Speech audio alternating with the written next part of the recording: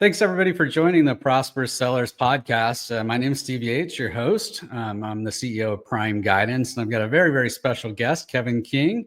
Kevin, welcome. Hey, glad to be here. How you doing, man? Good, good. I see the cowboy hat. I like it. I love it. A fellow Texan in the house. I love it. Exactly. Yeah, exactly. I knew you're from Austin, and I figured, once you're in Texas, you got to fit the theme. So might as well I didn't throw on the actually hat. own a cowboy hat or boots until last year.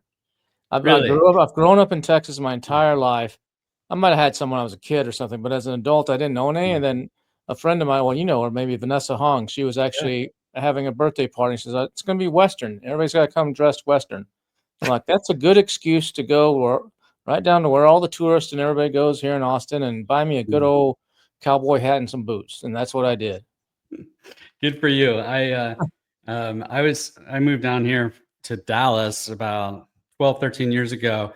And I've always wanted to have a cowboy hat and cowboy boots, not because I wanted to wear them every day, but I just wanted to have the Texan theme, to wear every now and then. And about 2 years ago, I got for occasions like this, right, Steve? Exactly. About 2 years ago, I got skin cancer, and my wife's like, "You got to start wearing hats everywhere we go." So I said, "Well, best coverage is probably a cowboy hat," and she's like, "Go for it." And so now I've got like 5. Awesome. So I wear them pretty often nowadays, but I enjoy them. Just kind of makes me feel Texan, so it's kind of fun to do sometimes. I had Vanessa Hung on a couple weeks ago, and I also wear a straw cowboy hat while she was on because she's from Austin. Okay, cool. Yeah, she's in Austin too. Yeah. Yeah, exactly. Yeah, it's all the cool people are in Austin. See, Steve, you got to get out of Dallas and come to Austin. That's where all the cool people are. I know. I love visiting Austin, but I don't know. Dallas is my way of life. So yeah, no problem. And Dallas is good. There's nothing wrong with Dallas. Yeah. Any place in Texas is a good place to be, in my opinion. So that's right. So I know you are the man with the connections, the man in the know, all sorts of valuable things that you're constantly publishing with the $1 Billion Seller Summit newsletter and everything else. So I've got to ask, what's your thoughts on the marketing landscape changing with the advent of AI? I mean, so much. I mean, it's a one single question that could probably last for hours in response. But what are some of the big picture things that maybe people really need to grasp as this evolves?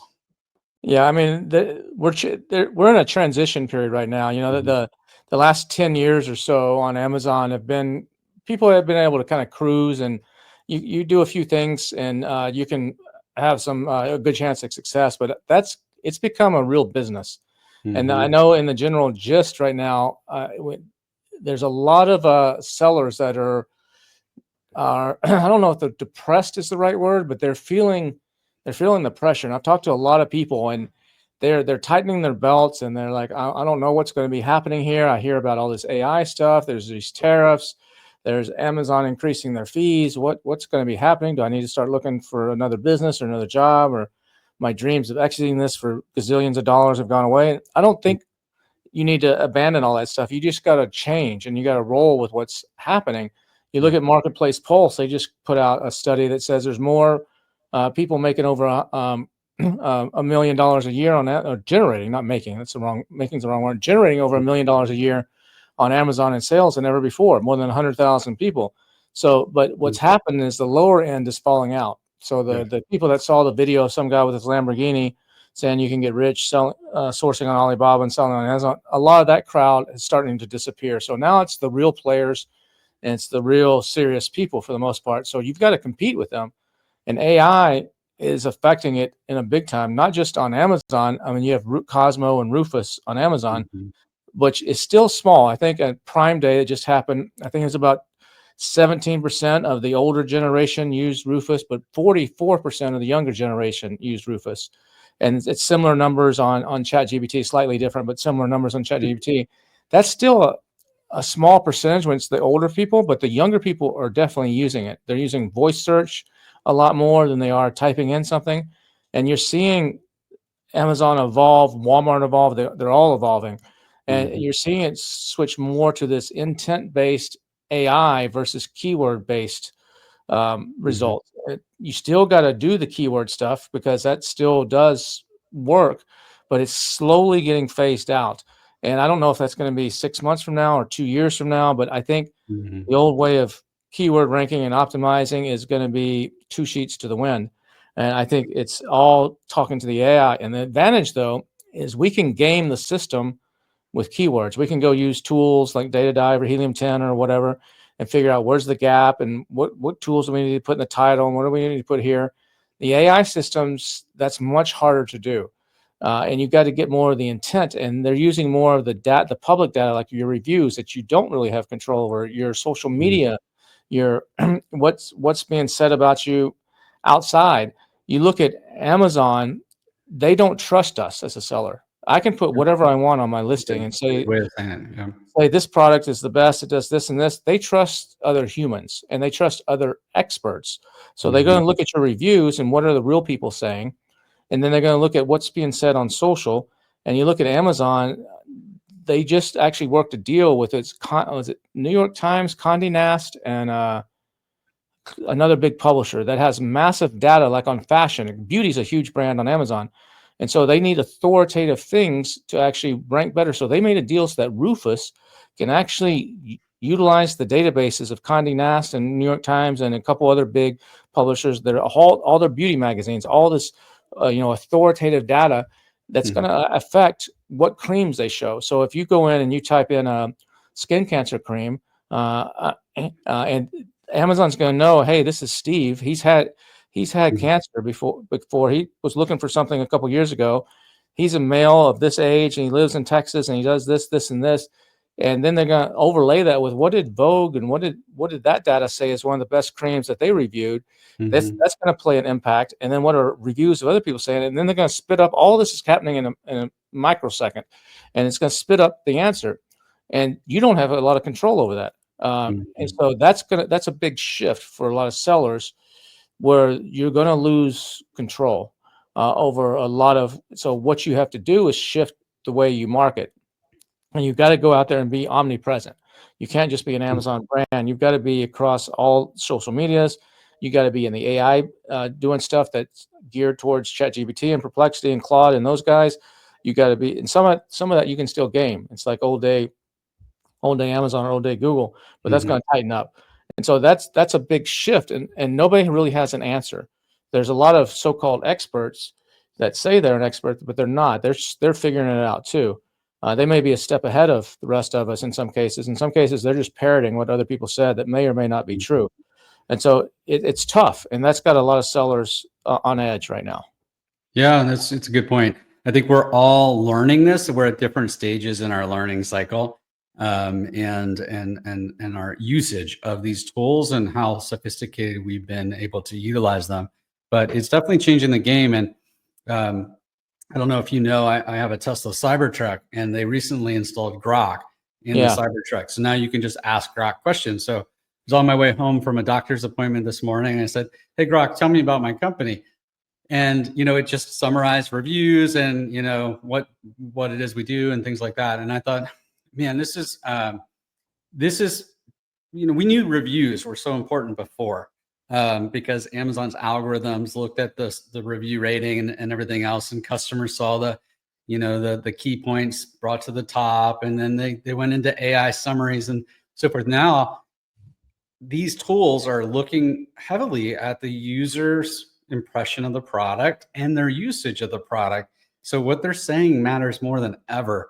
And I think that's one of the, to your point, we're losing control, but your product is essentially, in the feedback your consumers are giving on your reviews, is essentially now the understanding of the product, the usage, who it's good for, who it's not good for, and so forth. So I think it's a very pivotal change in how marketers need to understand what's going to actually drive the impression of their products. And it's not just reviews on Amazon either. It's Reddit discussions and Wikipedia and Quora and social media. They're looking at it all. And then you have ChatGPT saying that they're going to become a marketplace.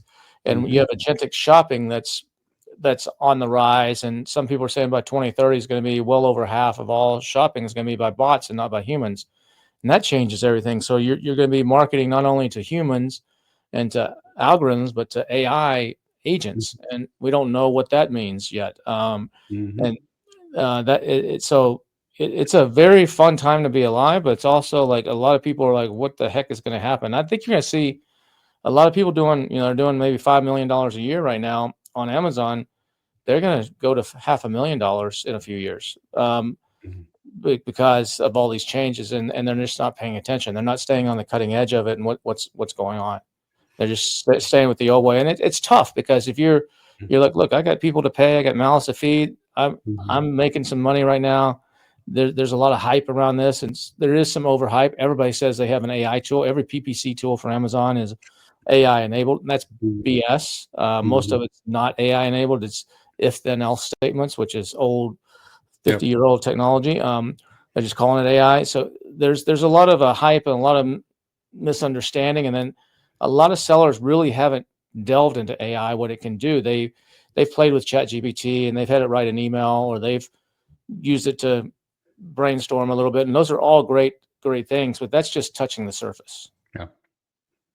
Yeah, it's definitely changing the, how we do things, and I think the uncertainty needs to be embraced essentially instead of avoided, because if you if you resist the change like Blockbuster did, and you're not looking in the rearview mirror, you're not looking where everybody else is going, you become irrelevant, you fall behind, you're not adapting. And one of the things that I know I love about e-commerce, I imagine you do as well, is that I love new and different. I love challenges. I love always being on my toes. If you're an expert, you're still going to learn from other experts, because there's still more to learn. And this is now a time to embrace that and say, this is this is now a time for me to shine, because there's going to be a lot of people that fall by the wayside, like that example you gave. How do you adapt? And if you're not willing to adapt, you're going to be in a hurting. If you are willing to adapt, be patient with the process, because we're all learning how this new role of life is going to happen, and how consumer purchasing behavior is going to change, and so forth. But enjoy the ride, learn as much as you can, and hopefully use it to make you smarter, so that you can actually work way more effectively. You can focus on big picture strategies and stuff, because the tedious tasks that used to have um, you know people in another country doing for you because it was cheaper labor or something, now you can do it even more effectively with a chatbot like ChatGPT. And that's including writing contracts, and analyzing business performance, and making images and so forth. But those things aren't, you still need to have involvement, very close involvement, in getting those things to be executed right. But you now have a tool to make you that much more efficient, and that opens up the door to think big picture. And I think that to me is a big takeaway, that you need to make sure that you embrace this to allow you to take that big leap forward. Yeah, you're still going to have humans in the loop. I mean, it's not Mhm. autonomous yet, Yep. but they're great tools, and you can't depend on it. You can't rely on it too heavily either, or that can nip you in the butt, or rely on one underlying system. If you build some Mhm. tools, or build your business around a certain piece of software a certain way, that could come back and bite you, because every time Chat GPT, they release GPT-5, there's probably 1,000 little softwares that just now got put out of business. Yep. And if that was one you're relying on, now you're back. So you got to build on a sound foundation and sound principles. And the prince the principles of marketing and of selling are what matter more than ever, and the psychology is what matters more than ever than the hacks or the little Mhm. techniques or whatever. And we're an impatient us engineers are sometimes impatient, and we Yeah. want that. What can I do? What's a hack, or what's something I do with my PPC to make some money right away? And this is more of a long-term game, and putting out quality products is more important than ever now, like what you're saying with the reviews, Mhm. and and and then having a presence out there beyond just Amazon, and generating content. I mean, whether you're someone like me that has the newsletter, generating content by default, or if you're a brand owner selling dog leashes, you need to start generating content and become an authority as a person, or if you're not comfortable doing that, someone in your company, or make up something like Aunt Jemima or one of these, made up character names, and actually get them to be an authority through content, through video, through writing, not blogs, but content writing on LinkedIn or whatever the channel is that your audience is at. And that's going to become even more critical too. And that's going to leave a lot of people getting left behind because they're not going to get recommended by a lot of these search engines. Even little things like press releases, which 7-8 years ago was a hot thing. Like Amazing was telling everybody, issue a press release when you launch your product, it'll help you. And people tried it, like, this didn't drive any sales. This didn't really help. Yeah, but you got some backlinks and you got this. But now press releases are heavily weighted in the AI algorithms. And so just issuing press releases on your products now, it's not going to drive immediate sales off that press release necessarily. It might, but in most cases, it's just giving you that credibility and that authority into the AI engines. And there's a lot of little things like that it's kind of almost come full circle. And so I equate it like what you said is just stay a step ahead. You don't have to become an expert on this, but just be aware of what's going on out there and pick your battles and pick which ones are most applicable to your company. And that's what you need to do. And I equate it to like Amazon. I don't know how long you've been selling on Amazon. Amazon 2014, 2015, when it was really easy to just find a product, find it on Alibaba, stick your brand name on it, stick a label, A lot of Me Too products, and a lot of Me Too products, and just and make money. And it was easy compared to today. You can't do that. And that's where I see the AI now. It's easy. There's some loopholes that you can take advantage of, and that'll get shut, and take advantage of them while you can, and just start that train down the tracks, so that when this big pivot comes, you're not caught off the rails. Yeah, absolutely.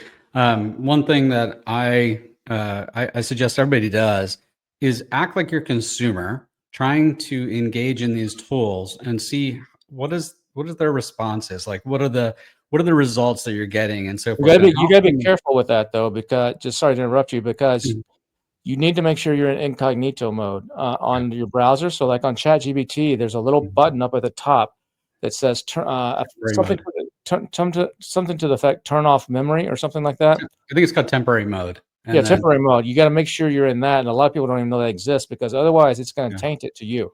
Yep, I use that a lot because I don't want it to like if I'm working on a whole bunch of different client stuff or whatever, I don't want it to necessarily learn, from my behaviors to give me skewed responses. So yeah, I totally agree with that. But what I like about it is it is not using a dumb algorithmic decision to give a response like an Amazon algorithm would just simply crawl the product page and look at key elements of searchable text and so forth and say, oh, this has a high match. And based on what we know about you, we think this is going to match.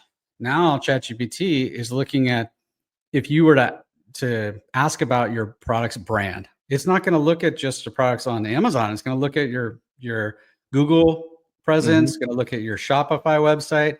It's going to look at the content on your website and your story about the brand and what you stand for, and your, things like your warranties and the type of products you sell and everything else. And it's going to pull all of that together along with customer reviews across all of those channels to give you response.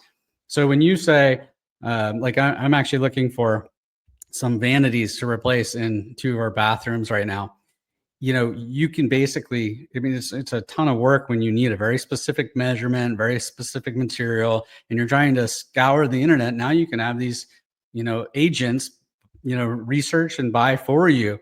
They're looking at all of that information holistically, and you need to make sure that your brand has the type of information that's necessary, and it gives the bots the confidence they need to be able to recommend your products and allow those transactions to actually favor you. Yeah, even it's that from that side, some people are like, yeah, but that's not that big right now, and it's not. The number of people that are using ChatGPT to actually find a vanity mirror is low compared to the people that are going to Home Depot or going to Amazon, just typing it in and find something. But it's rapidly growing, and as the technology gets better and the recommendations get better, And you look at what Amazon with this project Starfish, where they're trying to catalog every single product in the world in this massive database, and then all the data that they know on you, all the data that Google knows on you, they can get hyper customized. And Mhm. so but even though you're searching for those vanity mirrors on there, the clicks are a lot less, but the clicks are a lot higher quality. So I think it's SEM Rush or Hrefs, one of those guys, they did a study and they said something like 12% of our traffic, it's 0.5%, so less than 1% of their traffic to their website came from ChatGPT, someone doing some sort of search like what you did for the vanity mirrors. But that converted at 12% of their orders came from that 0.5%. So the 88% of their orders came from 99% of their traffic, Yeah. but that 0.5% counted for 12% of their orders. That's significant. I mean, it's a small fish in the bucket right now, but it's growing, and you want to ride that wave. You want to be positioned so as that grows, you just ride that whole wave. Because my understanding is the more that ChatGPT recommends the vanity mirrors that you might have clicked on, and I think I just saw a stat, only 1% of AI overviews get clicked on. There's 8% of clicks on the page. People might scroll down, but only 1% actually get clicked inside it. So it's small, but they're very powerful and very targeted, and that's going to increase. And every time someone clicks that, my understanding is it's almost like getting a sale on Amazon or something. It helps the algorithm go, oh, someone actually clicked this. We served the right answer. So as those questions become more and more, you start getting recommended more and more. And you want to do that now. It's almost like if I'm selling in my business, I sell wall calendars that you hang on the wall. And yes, people still do buy printed calendars. People always look at me funny when I say that. You'd be surprised. My wife is a diehard on that. Yeah, so people still buy those, and we do very well with those every year. But I ride the wave. So most of those sales come in between mid-November and mid-January because people are buying 2026 calendars this coming November. Yep. So, and then a little bit after Christmas, they still buying them. A lot of times it's gifts, where they're getting ready for the new year. So we start the calendars on December. But if I put those calendars up right now, and we're recording this the end of July, so if I put this up right now, I might sell one calendar a day, maybe right now. Versus mid-November, I'm selling 1,000 a day. But I'm positioned to sell one today, one tomorrow, two on the next day. A month from now, I'm selling 4 a day, and I'm just slowly, as more and more people are coming, I'm writing that, and I'm giving Amazon data that's saying this is the calendar people are buying when they type XYZ, and I just write that up. That's the same principle, the same thought process you need to have with AI, AI for e-commerce right now, and that's where I think a lot of people are dropping the ball, and they're not devoting a little bit of their marketing budget and their time to that, and I think it's going to catch up to them in a bad way at some point. Yeah, I like to look at this as, like you said, it's a small percentage of clicks, but a larger percentage of sales. And I think it's the confidence level that is the big difference because basically, we as consumers don't trust marketers, and by default, we want to trust consumers. That's why word of mouth referrals and stuff matter so much. Now, these tools are looking at the word of mouth referrals from consumers, and now they're giving you a recommendation. So it's like a warm introduction, as a referral is so much more valuable. That's how these are. It's like, hey, we've already done the research, we've already analyzed everything, and we are now recommending this to you. So it's a default. It's a psychological trust. The reason you're willing to more likely buy the window things that ChatGPT recommends is because ChatGPT, as for the most part, has treated you well with other things. It's wowed you. It's like you've asked it other questions about your dog or about whatever, and you're like, damn, that was quick. It knows a lot. It must know everything, even though it's wrong. Still, GPT-5, they're saying it's going to be wrong about 15% of the time, which is the best yet. But it's getting better and better. But even a good example is the Pattern. They're the biggest seller on Amazon, $1.8 billion with a B last year on Amazon.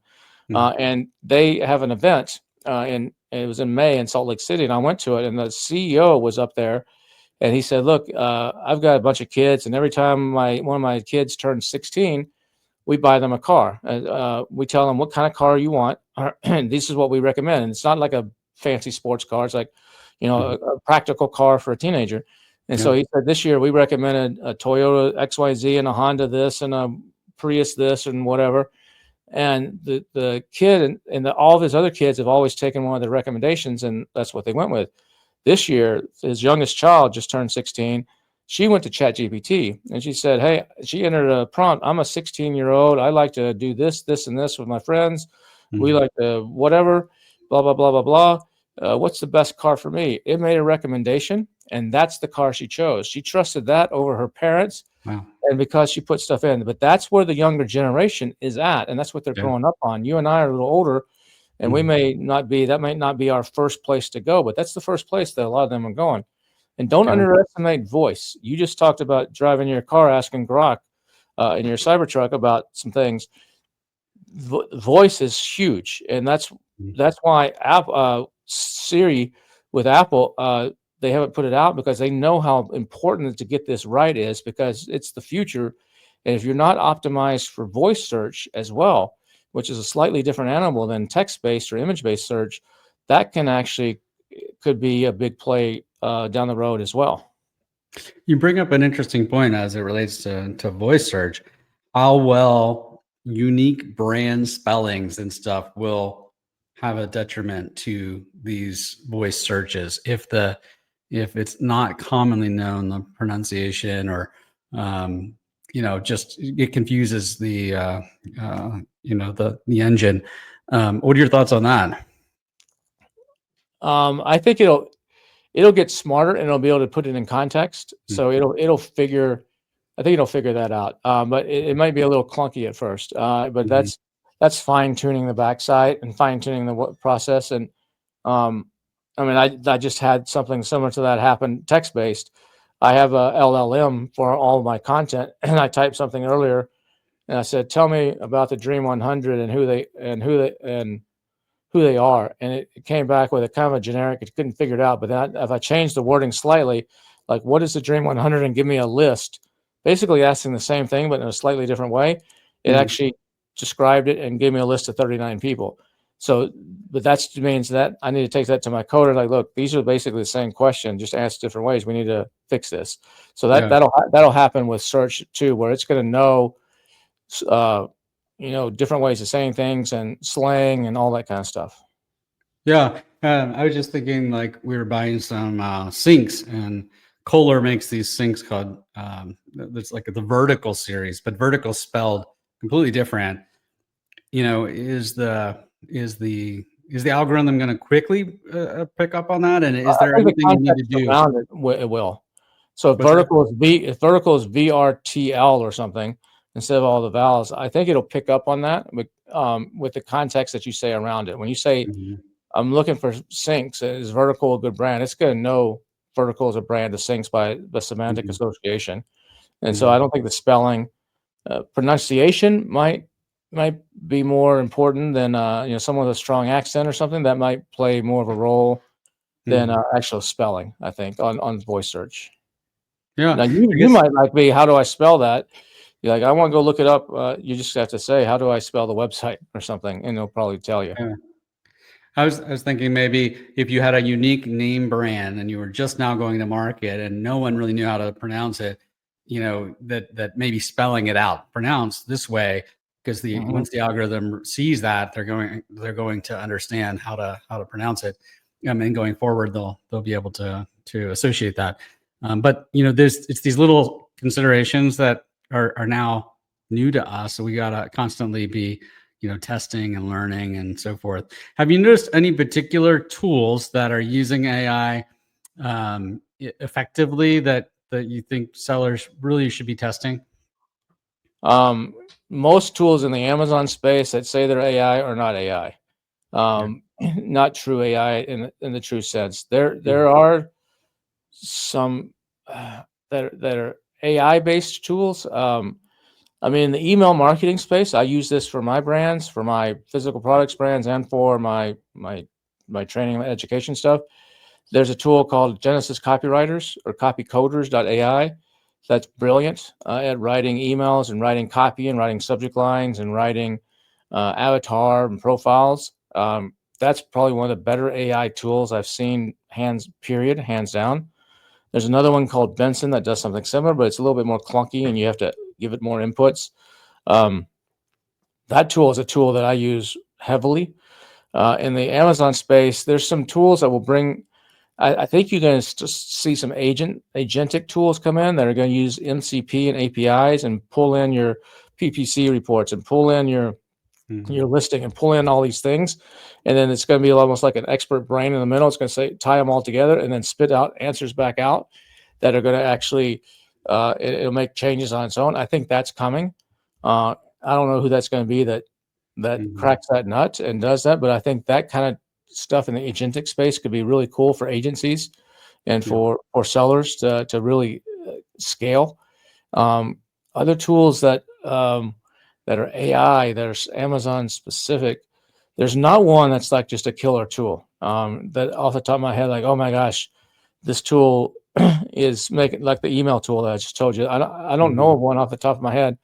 I know what like Pattern has got developed some proprietary tools that do all kinds of positioning analysis and all kinds of stuff. And they've got it down to where the angle of the shadow on a picture, a bottle of supplements, they know if it's a 37-degree angle or 41-degree angle, if it makes a difference in sales. They got some really sophisticated stuff that they do a lot of testing on with all their data points and everything. But they probably have the most sophisticated stuff, and they don't use a lot of off-the-shelf stuff. They're not using a lot of helium-10 or anything like that. They customize everything. But when I went to their event, I was there with some other really smart sellers, and we were all like, holy cow, these guys are at a whole nother level. And that's where the big sellers are going to be. They're going to have proprietary systems that they've developed, highly customized for their needs, and not be using off-the-shelf software.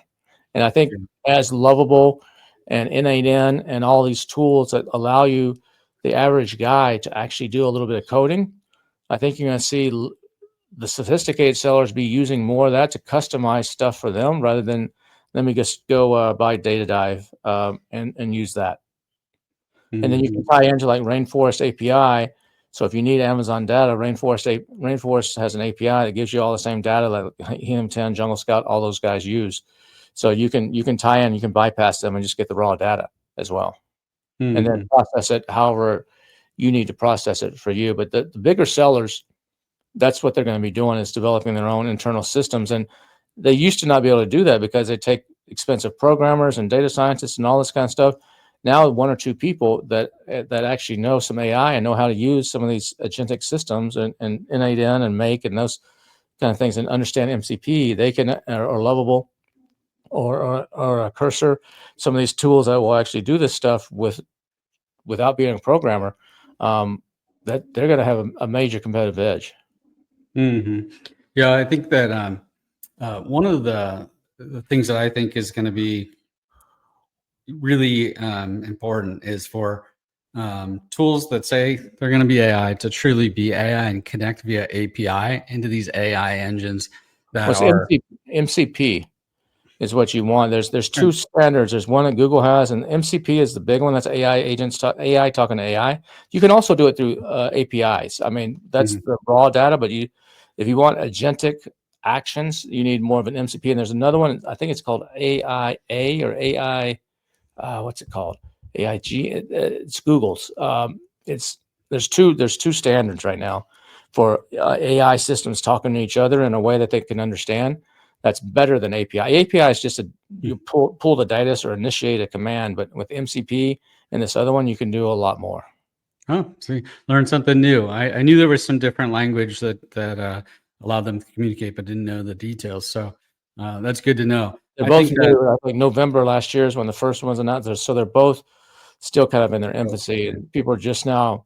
But a lot of the geeky guys are like, "This is badass. This is this is going to be so cool and what we can do with this." And so it's everything is changing. That's the problem. Is you find some cool tool or some cool video thing or whatever, and you're like, this is cool. VO3. Look what these videos I can do, and then you realize 2 days later, somebody else comes out with another one that's even better. And They leapfrog over themselves, don't they they? just leapfrog. It's Yeah. like it's crazy. Mhm.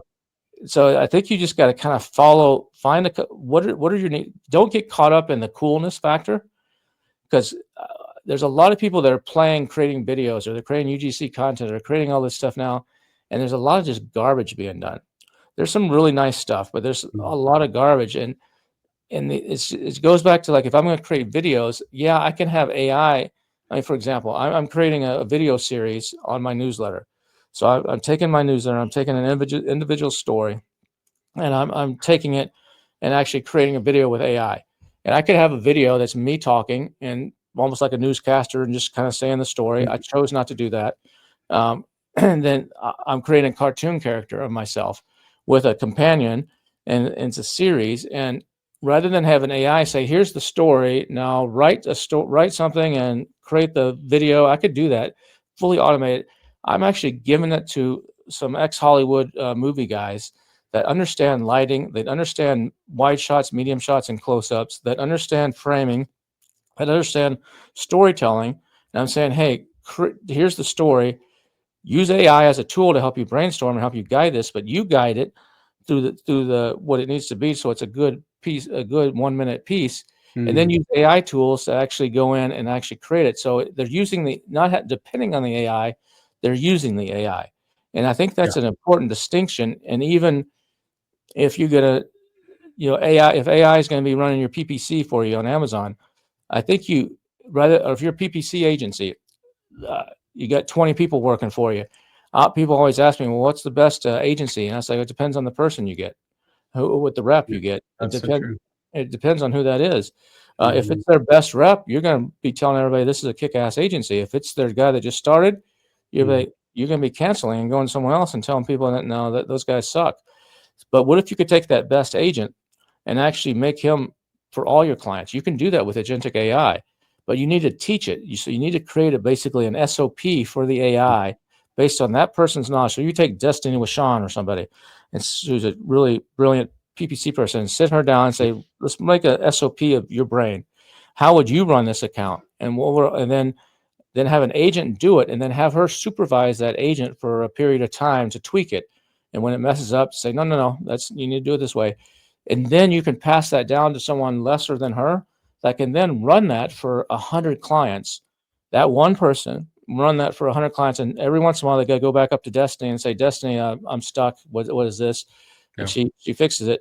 Then you can scale that, and Mhm. instead of having 100 different other clients, and everybody is the best client, or the best performing agent. That's where you got to get to, and you can do that within your company too. Your customer service, your shipping guys, and the people that start to do these kind of things are the people that are going to be able to scale big and win. Yeah, I totally agree. It's all about making it repeatable and scalable. And one of the things that I think we started talking about was like, how are these tools going to connect into these AI tools to be used effectively? And there's this one software, I don't know if you played around with it, econtent.ai. Yeah, The way that they're doing it, I think more and more tools will start doing it where there's some level of prompts and layering and so forth, but then it's connecting into AIs for different components and then trying to make it uniform across the catalog. As you mentioned, all these things have a lot of errors, and there are a lot of there can be mistakes, and it's not perfectly executed yet. But I'm excited to see where it's going, because if you're able to basically share, this is what my item is, redo all the A+ content, redo all the graphics, write all the new copywriting, and make sure that it's algorithmically going to be found in these AI tools, and monitor the scores that are that it's going to have as far as relevancy. Those allow a catalog, like let's say one of our clients has about 150,000 SKUs. It allows you to be able to scale those types of catalogs much more effectively, where before it required a lot more muscle. So, and I think that tools, unfortunately, like you said, most of our tools that we as Amazon sellers rely on, they just quickly added the AI name to hmm what is just rule sets. And that I don't think is the future at all. But connecting into various tools and having the flexibility to change which tools you're connecting into based on who's best of breed at any given time, I think is really important. And I know You could talking have to an Matt, agent running those tools, an AI agent yeah, running, tying into mhm, M content, tying into some of these other tools that do optimized backend, tying into Prophecy, tying into Helium 10, tying in, and mhm, then you have a little AI brain in the middle that's directing all these tools. mhm, That is something I think is very doable, but it's complicated to actually set that up so it runs mhm. effectively. But if you can do that, and there's people working on that, I think that's going to be a game changer.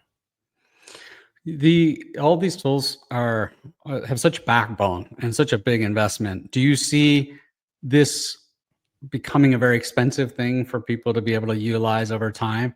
Where these The companies need to basics recoup right their now are money. not. You can do basic stuff with Lovable or some of these. You just prompt it and you tell it, hey, I want to create an app that looks like Uber.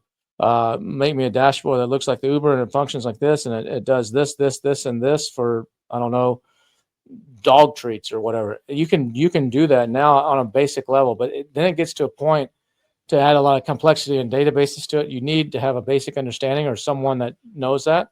But you can create stuff that would have cost you 50 or $100,000 for $500 now. But to get to the sophisticated level, it still takes the human and the smart people to come behind Yeah. and do it. But they can still use the tools to make their job much more efficient. Instead of taking them a month to do what they need to do, they can use vector databases and Supabase and stuff like that, and actually do it in 3 days instead of a month. And that's Mhm. what Google's doing. That's what Fiverr's doing. That's what Shopify is doing. Where all if they say, hey, we need a new employee, say, well, can the AI do this first before we Mhm. hire somebody and see if AI can actually accomplish this? The smart people are going to use AI to make themselves much more productive Yeah. versus being scared of it, or is it going to take my Mhm. job? It's like, what can you do to make it much more productive and be much more leaner? So I think you're going to see, some of these big companies that, if you're $100 million Amazon company, you probably have 10, 15, 20 employees at least, maybe hundreds. You're going to be able to run that much more efficiently, maybe with 5 or 6 people Mhm. in the future, and be much more lean. And then you're going to have these humans overseeing armies of robots, of agents doing a lot of the work, and then the humans stepping in when they need to. Yeah, no, I'm intrigued to see what the future holds because I think it's going to be a game changer for sure. And I think that all of us need to count our blessings that we're part of this, new environment that is going to be the way of life going forward. And we're really in our infancy here. Yeah, we are.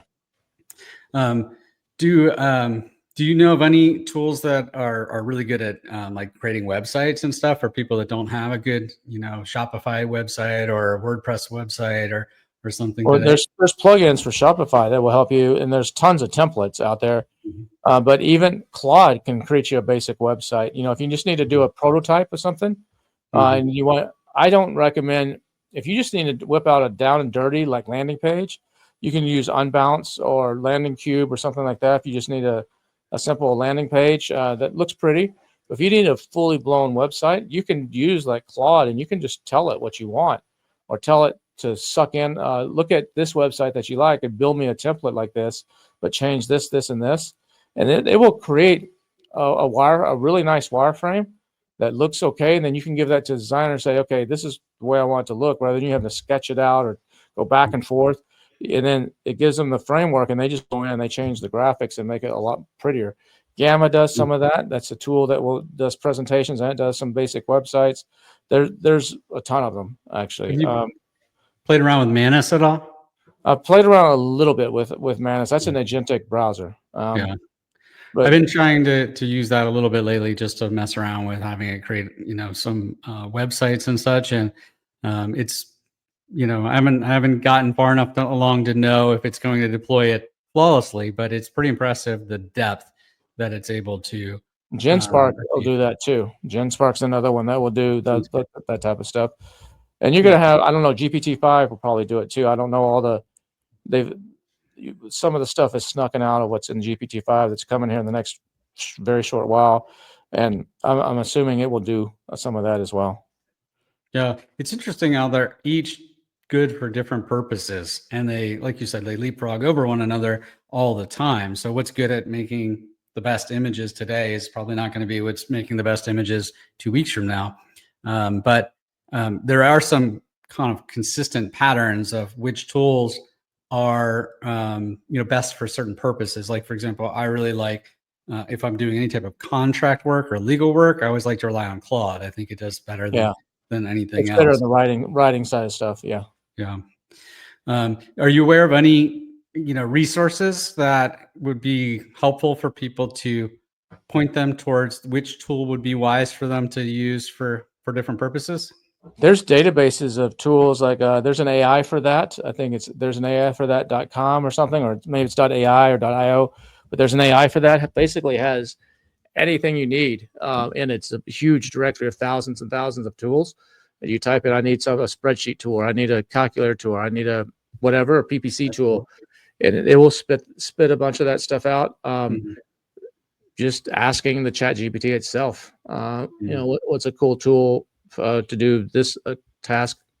I follow a couple newsletters like Superhuman, or Joe Lambagida in our space has AI for e-commerce newsletter, and Ritu Java has a newsletter, and they're always stumbling across like tools that are really good for Amazon specific or e-commerce specific stuff. Yeah. So those are some. In my $1 Billion Sellers newsletter, I feature some different tools in there. For sellers, those would be good places to just stay on top and learn about some new stuff. But yeah, Yeah. a master directory of AI tools for ecom, I don't know of one Okay. off the top of my head. No, I think that you pointed us in the right direction for, there's an AI for that. I was not aware of that. So, and to your point, asking, asking these smart AI engines, where are there resources where I can see what's best and so forth is something that I think we all need to do more rather than, just try and guess. And And don't so, ask just one, ask yeah. several of them because you'll get Yeah. slightly different answers on them. I like to do that a lot. I use Gemini and Grok and ChatGPT and Manus and Perplexity and all of them that I can to try and play around with them and constantly learn their strengths and see the different perspective. It's kind of interesting. Like you said, they're wrong, a decent amount of time. So you can't fully trust them. But generally they're smart enough that you don't know when they're wrong. So it's good. I think the biggest thing that's going to help prevent this wrongness is context engineering. So like, for example, I have a massive amount of content because I've done over 200 newsletters. Mhm. I've hosted over 300 podcasts. I've been on 150 podcasts. I host BDSS events. I'm sitting on a massive amount of content. With my content, I trust what Leo or Melissa or Vanessa or someone said more than I trust some Yahoo on YouTube. Yeah. And so what's happening is if I'm looking for ecom specific or Amazon specific advice, and I go to ChatGPT and I say, what's the best way to rank my new product on ChatGPT, it might spit out something that's pulling from the entire internet, including a bunch of Yahoos on YouTube that may or may not be right or parroting somebody else. Versus if I have a database of my own content, over 1,000 pieces of content, then with transcript and everything, and people go in there and say, what's the best way to rank? It's going to use only that content and give it to them out of there, and it's likely going to be a little bit more accurate and better.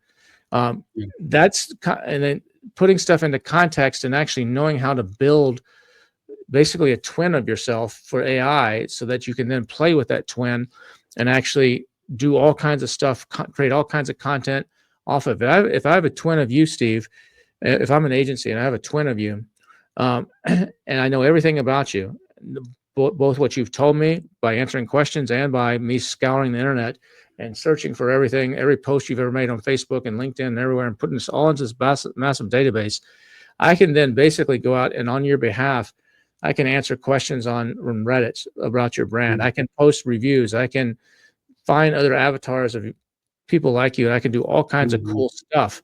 And that's context engineering, and which is prompting at the next level. And so I think that's a massive opportunity out there as well. And even we just had Cherie Roberts. Cherie Robert's on the not AM, on the AI workshop that I did with Norma a week or so ago, an 8-hour all day Sunday workshop with 8 different AI speakers. And she showed how to download the PPC reports and throw it through this Claude system she's developed to actually weed out and show that 57% of what you think you should be bidding on, you should not be bidding on, period. Because of this, and this. This is the 43% you need to focus on. And this is what she's doing for her clients, and she's crushing it at a much lower cost, and they're growing. And that's a smart use of the tools. Yeah. And that's context engineering, where she's taking putting it in context of my data, in context of what the AI can do. And that's the next level that a lot of the sellers are not doing right now, that I think they need to start looking into. Just Google context engineering for e-com, or go follow Cherie or something. I don't even know if she's on social media. Actually, now that I think about that, those type of people are the ones that are leading the charge and on the cutting edge. Awesome. Well, this has been amazing. Why don't you tell the audience how they can reach you, and if you have any events coming up they might want to join? The best way to reach me is just go to $1 billion. You see it there on the screen if you're watching this on YouTube or whatever, $1billiondollarsellers.com. That'll get you, you can sign up for my free newsletter. It's every Monday and Thursday. It's not a marketing email. It's actually real content and real actionable stuff. It's like a mastermind by email. That's the best way. And then from there, you'll learn about all the different events that I do throughout the year, virtual and in-person events and all that kind of stuff. Yeah, I can personally vouch for those. The newsletter, spot on, always packed with value. It's one of the few newsletters I actually take the time to make sure I read every week. And Kevin's events are always top notch. $1 Billion Seller Summit is the best of the best, in my opinion. And if you are invested in growing on Amazon, you should definitely be closely connected to Kevin's events. I appreciate that. Well, thanks again. For those that don't know me, you can reach me at primeguidance.com. I'm happy to do a free listing audit and give you some strategic feedback on your listings, should you want to set up a free introductory call with me. And thanks for joining the Prosperous Sellers podcast. Bye, everybody. Thanks.